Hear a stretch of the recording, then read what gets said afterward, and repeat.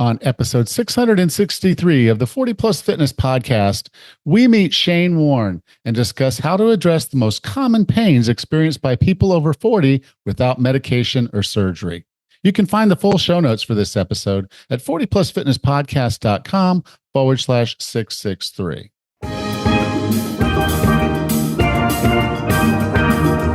Have you decided you're ready to make a change? To reclaim your health and fitness? The 40 Plus Fitness Podcast is here for you. Each week, we dive deep into health and fitness topics that affect those of us over 40. I'm Coach Allen. I'm an NASM certified personal trainer with specializations in corrective exercise, behavior change, performance enhancement, and fitness nutrition. A Precision Nutrition Level 1 coach, a FAI certified functional age-link specialist, and an OTA Level 2 online trainer. Each week, I'm joined by our co-host, Coach Rachel. She is an NASM certified personal trainer and a RRCA Level 1 run coach. Let us be your coaches as you find your way on your health and fitness journey. All right, let's go.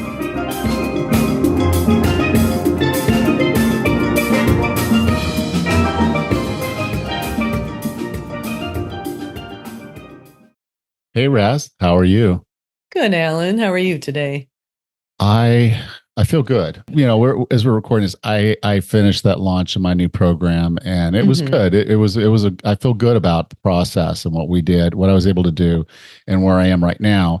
And I'm ready. I'm coming off of that though. It's like now, so now I'm getting back. I got to get back to my routines. I got to get things normal again, and then because things happen. They're always going to happen when you don't want them to happen. But I think our water pump went out, so we have no water in our house today. So as soon as I get off this recording, I've got to go back over to Lula's and try to get the rest of my day worked over there, which I was not intending to do, so that we can make sure we get that pump replaced, because we've got all 6 of our rooms. They're checking in tomorrow. It's a group of vets that's here to basically do all these charity clinics for spay and neuter and other things. And, you know, there's all 6 rooms are going to these group of vets, and it's been on our books for a long time. And then, the water pump goes out the day before. And so we got to get that fixed today. So I'll be headed home here shortly to supervise getting that fixed. But how are things up there? Oh, beautiful. Actually, the fall is just starting to show signs. Some of our plants are the leaves are starting to turn colors. I would like to say that the weather's cooling off, but it is not. But I know it's coming. So just getting ready to enjoy the fall season. Yeah, the trees are saying something, but they're ready. You don't believe them. Yep, they're ready. I'm ready, but we'll see what happens. The work that's coming, because you guys start doing that syrup stuff. That'll be later, but we're keeping an eye out for that. Yeah, but that'll be later in the gearing season. Up for it. It's coming. Yep, getting ready. Yep. All right. Well, you ready to talk about pain with Shane? Sure, for sure. Okay. After being hit by a car left him in constant pain, our guest today learned how to resolve pain without medications or surgery. Today, he helps people over 35 become pain-free. With no further ado, here's Shane Warne. Shane, welcome to 40 Plus Fitness. Thanks, Alan. Good to be here, mate. Yeah, so you and I met through an organization. It's called Online Trainer Mentorship, and you're there as a coach. I'm there as a mentor. You know, one of the things that's interesting to me is, as you get older, like I am, you start realizing there's a lot you don't know. And the older you get, the more you realize, the more you don't know. So I just know when it comes to pain management, I know a few things, but I don't know everything. And I know I don't know everything, which is why I wanted to bring on someone like you, that this is what you do all day, every day, is help people in pain get their movement back. And I think your slogan is something from pain to freedom, or I saw that somewhere on your social media. And so I'm glad to have you here, because as we get older, there's more pain if we're not doing things right. There most certainly is. Just to follow up on that comment you just made there as well, I actually had one of my followers on Instagram message me yesterday, tell me what he liked about my messaging and some of the comments on posts was how humble I was, because I told someone when they asked the questions, like, I'm not really 100% sure this is what I would do to go and find out. So there is way too much going on with the body for anyone to say that they know everything. I'm quite happy to admit when I don't know anything, because if I can't admit what I don't know, how am I ever going to know what I need to learn? All right. Yeah. So I think that's a really important aspect of that. But to your point, yeah, this is what I do. I help people get out of long-term chronic pain so that they can get the freedom back in their life. And for me, freedom means a few things, right? Freedom from pain itself, but freedom to do the things that bring us joy, because we only get one shot at life. At the end of this, it's, whether there's an afterlife or a reincarnation or whatever, we're not going to remember it. This is life. So we might as well make the most of it that we can. And that includes doing the things that bring us joy. And for me, that's lifting heavy weights, it's going to jiu-jitsu, and it's treating my body very poorly doing those things and hurting it. But for a lot of other people, it's just playing with the grandkids, getting down on the floor and doing those things. One of my clients, Ashley, it's getting in the hoop and doing aerial arts that was taken away from her for 8 years. So that's what freedom is to me. It's a freedom to do the things that we want, that bring us joy. But then a little bit further to that, it's the freedom to do whatever you're doing without thinking at the same time, how is this going to make me feel tomorrow? And that's a huge, huge, huge thing, because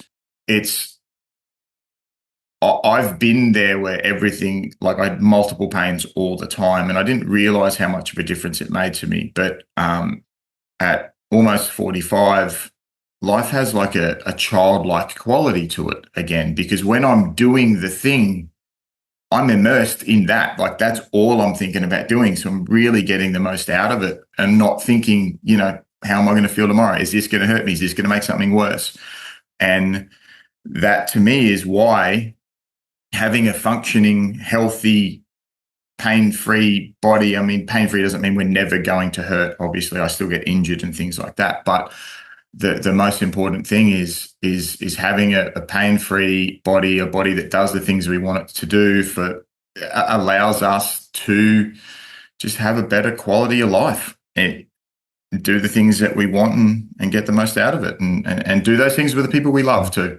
Because that's the thing is person in pain is probably going to not do things that they think will hurt them or it will make them feel worse. And so they miss out. They miss out on a lot of things because they don't want to further the pain.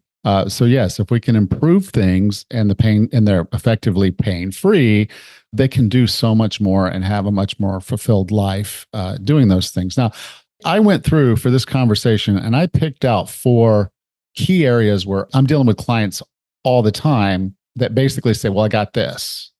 And my role as a trainer is, because most of them are trying to also lose weight, is to basically say, okay, well, let's figure out from my perspective how to work around it.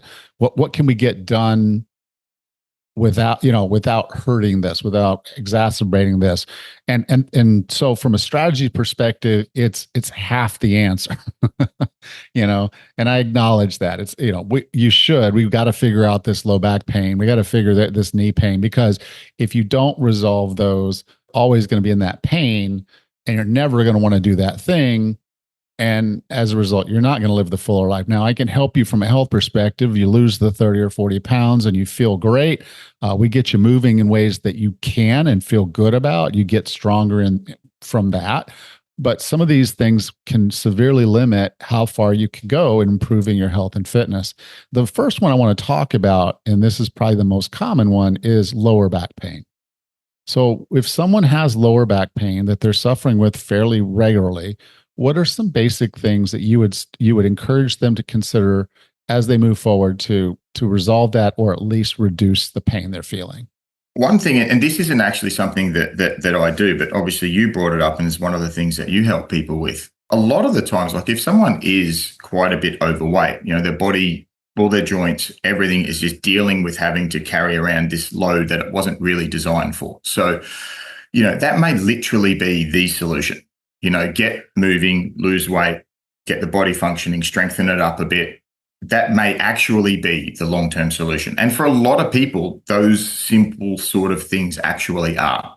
For people that have tried those things though and done the conventional, I've got a sore lower back, so I've strengthened my core. I've lost some weight, I've strengthened my core, but they're still having issues. They're generally the people that I work with. They've had pain for quite a while. They've tried the conventional things. What I find is lower back pain comes down to, there's two things that I will assess. So every time I bring on a new client, I'll do a physical assessment, do it via Zoom. There's usually a few things, but two non-negotiables are their hip mobility, and in particular, how much their leg rotates in their hip.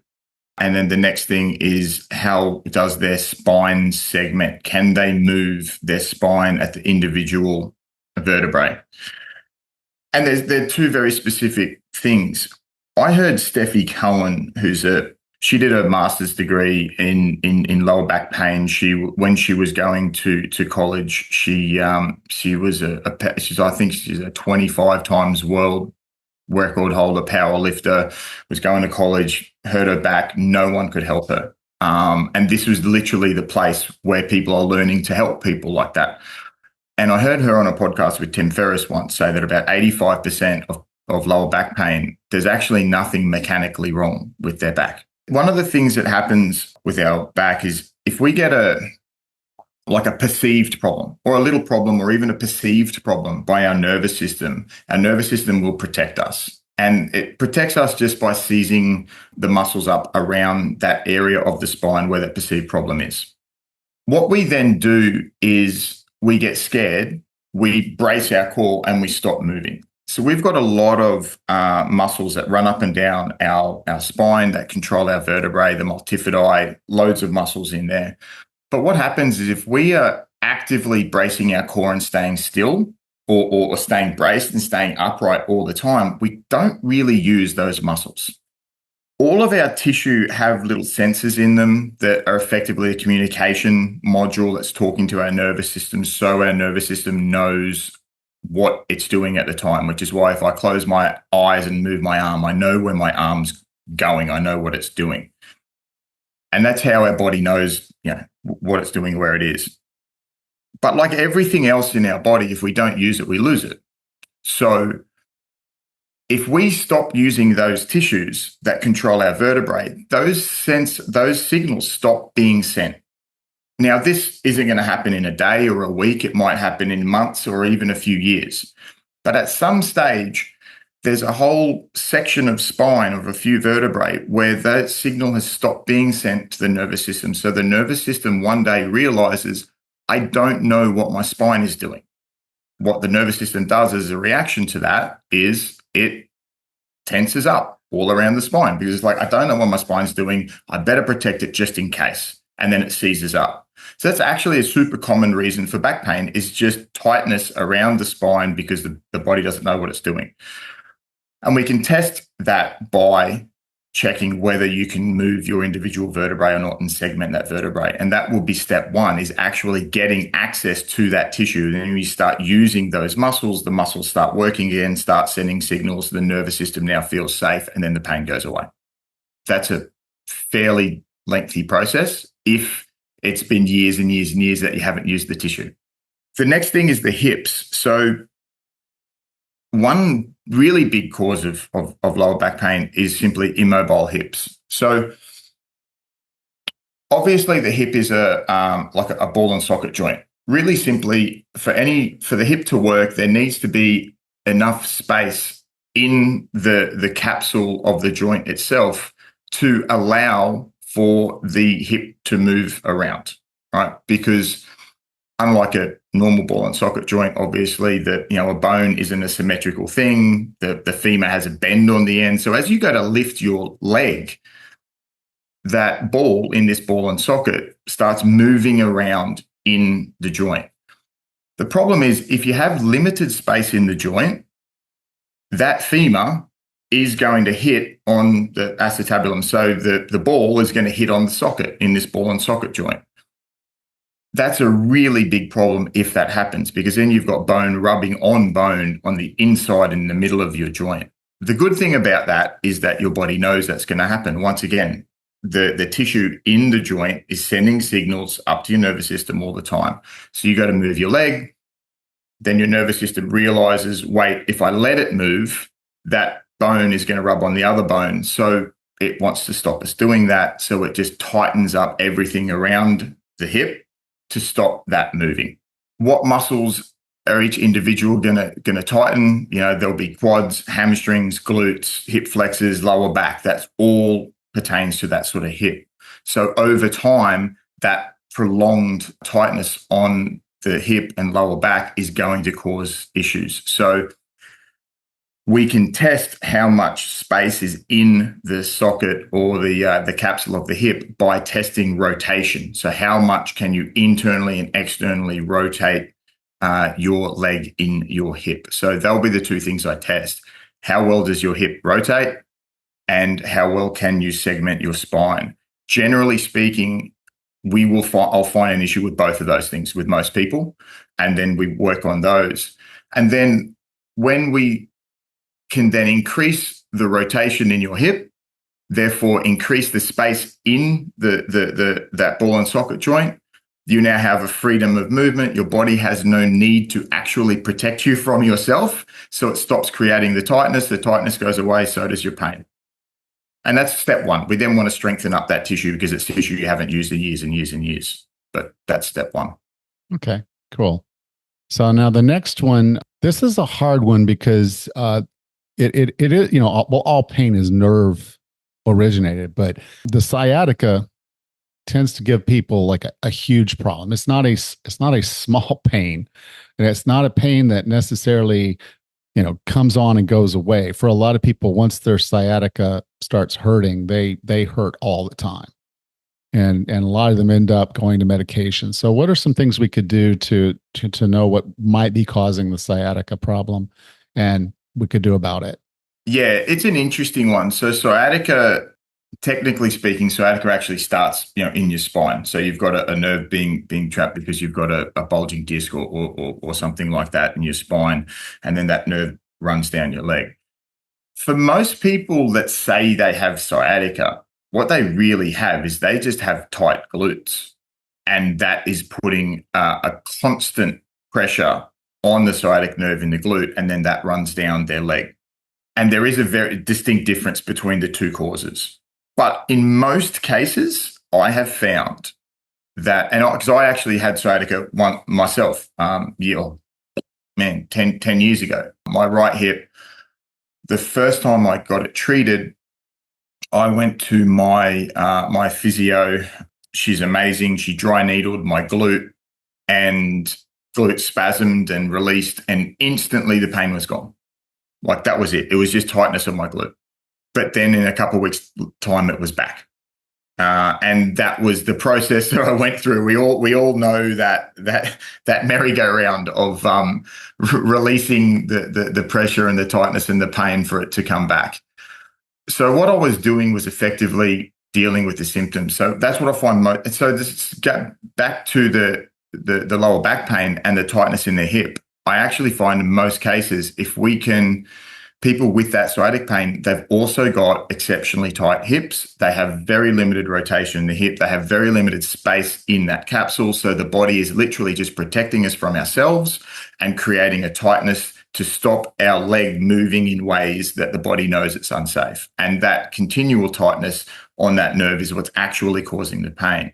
So if we can, once again, create enough space and get that hip working properly, the body no longer has to protect us from ourselves. We'll no longer create that tightness, and the tightness goes away. And when the tightness goes away, so does the pain.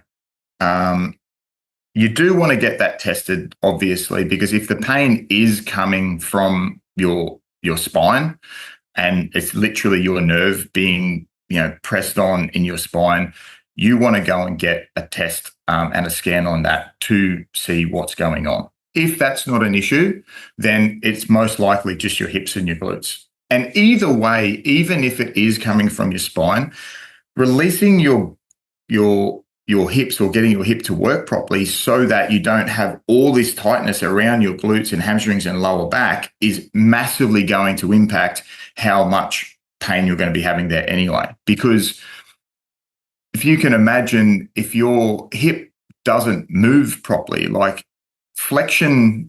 So hip flexion is when if I like lift my knee towards my chest, right? Most people cannot get their leg up to about 90 degrees of their hip because they're restricted in movement. But every single time we put on our shoes, we need better movement than that. Every time we use the dustpan and brush, every time we get out of bed, every time we go to the toilet, me sitting down right now. So if my hip doesn't move, well, my spine has to. There's no other option. So by having hips that don't move properly, I am putting pressure on, or I'm asking my spine to move where it probably won't have to or shouldn't have to. So if I do have an issue from sciatica there, the more I can get my hips to move, the less pressure and stress my spine is going to be under on a continually daily basis.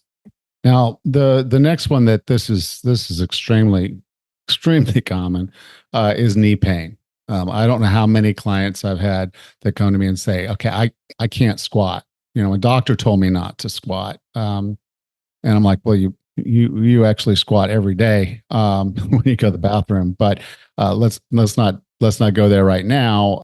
When you do the squats, tell me what you do. And then usually it's the 1/2 squat. And I'm like thinking to myself, that's, no, you want to go full range of motion, because if you don't get down below parallel, you're using your quads to break and then restart the movement. And that's probably what's causing your knee pain.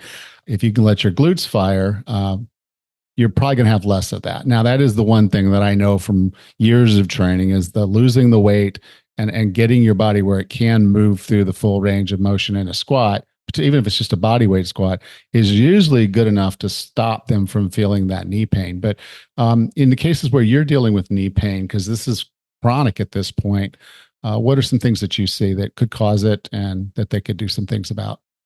Once again, obviously, hip is going to play a role. Hips and ankles. So if anyone comes to me with chronic pain, the first thing I'm going to do is assess every part of their body that is remotely connected to where that pain is. Because a lot of the times where the pain isn't necessarily the actual problem or the cause. It's where the symptom is. So I need to assess how the body moves and to determine where I think the actual problem is. So effectively, the knee only goes where the ankles and hips tell it to go, right? The knee's not figuring out anything of its own. So if my ankle doesn't rotate or move properly, if my hip doesn't rotate properly, and then all the different movements I'm doing, if I'm squatting and my knees maybe will be caving in or whatever, then I'm putting just a constant stress on my joint that it wasn't really designed for. Now, once again, in a week or so, it's not going to be a problem, but years down the line,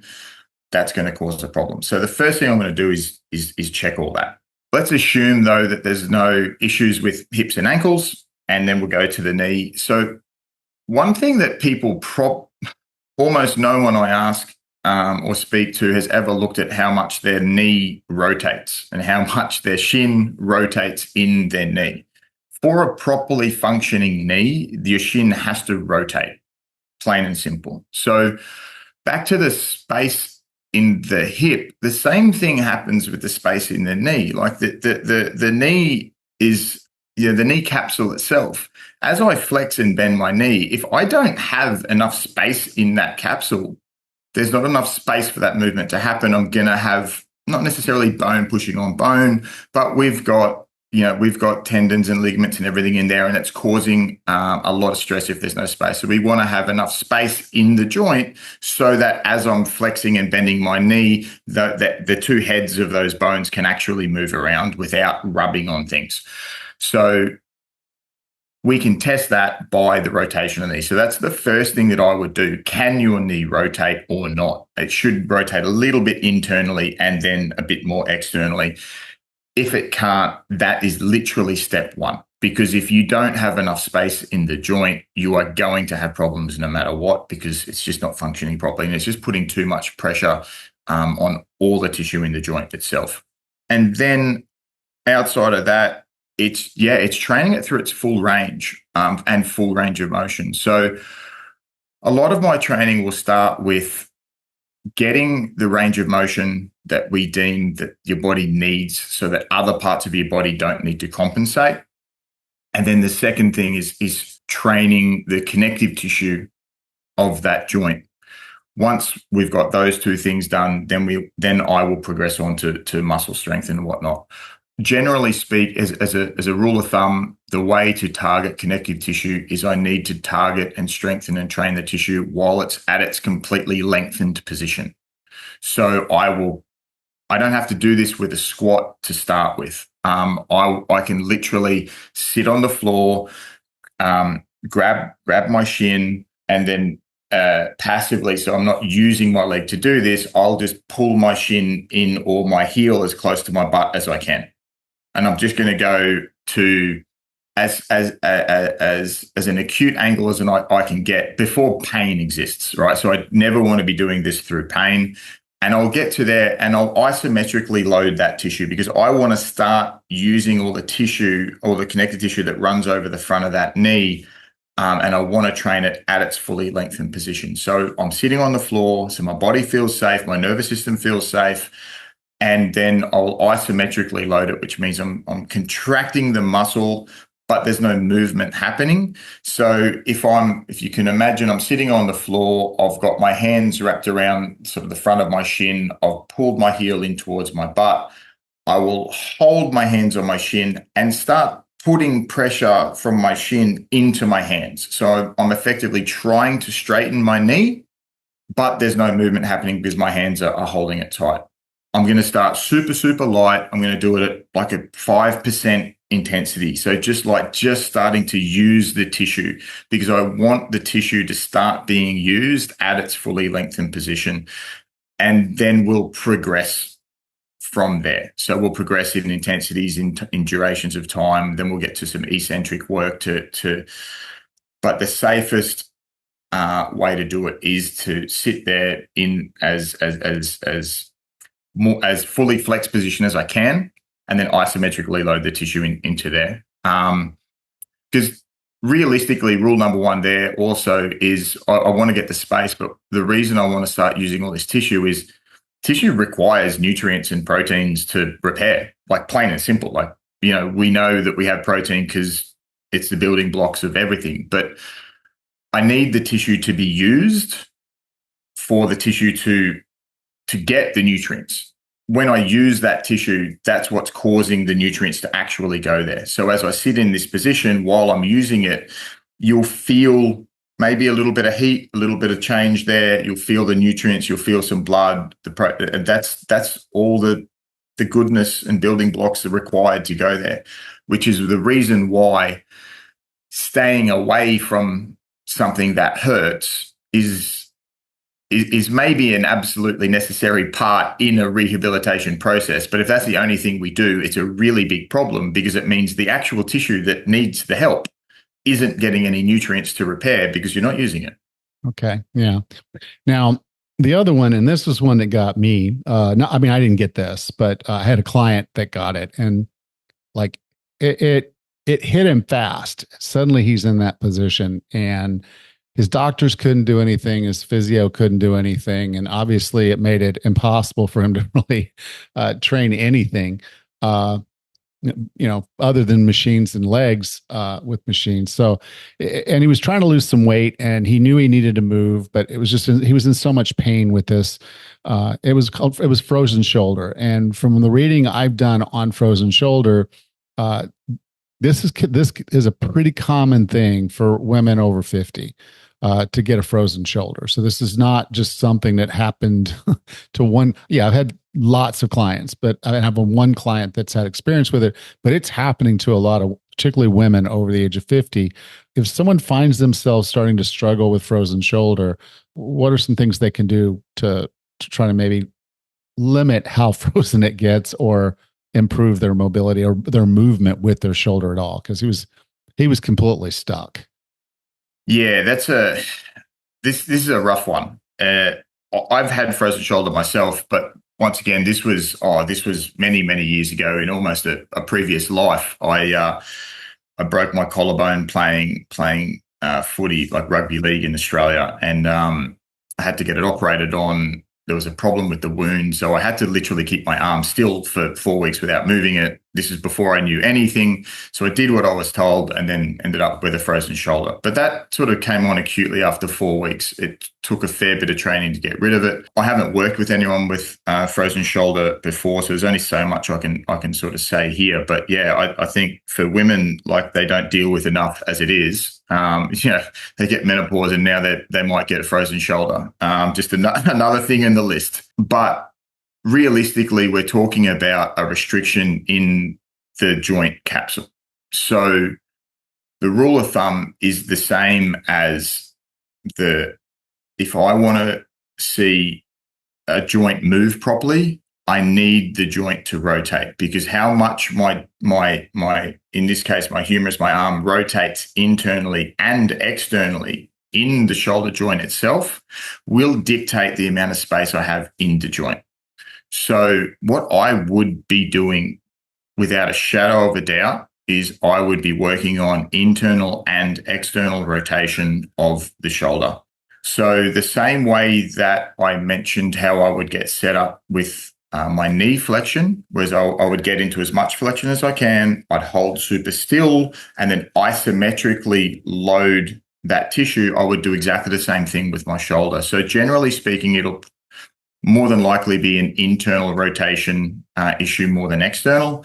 So there's a position called a sleeper position. So you'll lay on your side with your arm sort of out in front of you, and say I'm laying on my right side, I'd get a foam roller, a yoga block, a little pillow for my head so I can be comfortable while I'm doing this. And then I would passively internally rotate my arm. So passively just means a stretch. So I'd take my left hand, put it over my wrist, and then get into as big a internal rotation stretch as I can on that, say, right shoulder in this case. Once again, I'm doing this pain-free. So I'm not stretching through the pain. I'm getting to the point of pain and then backing off a little bit. So I want to be as far as I can go before that pain starts. And then with my other hand, I'm going to hold super still. I'm going to hold myself still, but I'm going to isometrically load it because I want to start using the tissue as soon as I can, but as safely as I can at the same time. So if my left hand is over the top of my right wrist, I would then try to rotate back into my hand. Once again, I'm going to get up to an intensity of probably about 60 or 70% or before pain starts, whichever one comes first. If I get to 5% and that's where pain is, then I'll drop back down to 2%. I just want to have some sort of sensation. And I'll do that it depends on the intensity and the time and how it feels, but up to probably 30 seconds. And then once again, I'm going to hold my arm still as I try to rotate back the other way. But both of these contractions are happening isometrically, so there's no movement happen. And then over time, I'll be increasing that. My goal will be to increase the intensity up to sort of that 60 or 70%, but still holding super, super still. I would definitely be doing this with someone else if you had a frozen shoulder and you weren't sure, because this can be something that's quite concerning and worrying. And there's a big difference between being uncomfortable and a pain that's actually bad. And learning the difference between the two can play a huge role in pain management, because obviously the nervous system, our body, is all constantly trying to protect us. And a lot of the times pain signals it's just our body telling us that there's something wrong. So understanding the difference is really, really important. One, to make sure we're doing enough work to make change, but also to make sure that we're not doing too much work to make it worse. But that would be where I would start. But also neck, scapula, and spine movement are going to play a huge role there as well.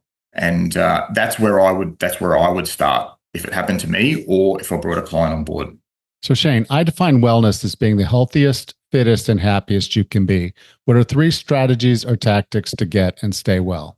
The first one for me, particularly from obviously pain-free sort of viewpoint, is move every joint through its fullest range of motion at least once every single day. I have what's called a morning routine. It's a functional range conditioning morning routine. Takes 5 or 6 minutes, and it goes through my neck, scapula, shoulder, elbow, wrist, spine, hips, knees, ankles, toes. Takes roughly 5 or 6 minutes, and I treat it like it's brushing my teeth for my joints. I don't particularly enjoy brushing my teeth, but the few minutes it takes me, it's well worth it. And this is what it is. It's literally just moving our joints through its full range of motion. It's bang for buck from a time perspective. It's getting, once again, all our nutrients and proteins to all the tissue that we can through those joints. So that would absolutely be number one. Get a daily routine to get your body moving. And in my case, it's individual joints through their fullest range of motion. The second strategy is the same way that we train our muscles, and that we also want to train our joint space and the connective tissue. And by joint space means your joints rotate properly enough to indicate that you have enough space in the joint itself for the joint to move. Because if all of your joints have that, your body no longer has the need to create tightness to protect you from unsafe areas, and then train the connective tissue as well. As I mentioned with the knee, it's training it at its length or to its length, as opposed to just doing sort of half movements. And then strategy number 3 is there's a lot of roads that you can take to get to the same destination. One person's perfect thing, find the thing that you enjoy doing. The most important thing is that you're moving, that you're getting some exercise, you're staying fit, and you're staying healthy. You're never going to do that if the exercise protocol you've been given is something you don't enjoy doing. So find something that you enjoy that will get you moving on a regular basis, because if you don't do that, the other stuff doesn't matter anyway, because you're just not going to do it. All right. So Shane, if someone wanted to get in touch with you, learn more about what you're doing, where would you like for me to send them? I run everything through my Instagram profile, my Instagram page. So that's Shane Warne, ShaneWarne _fitness.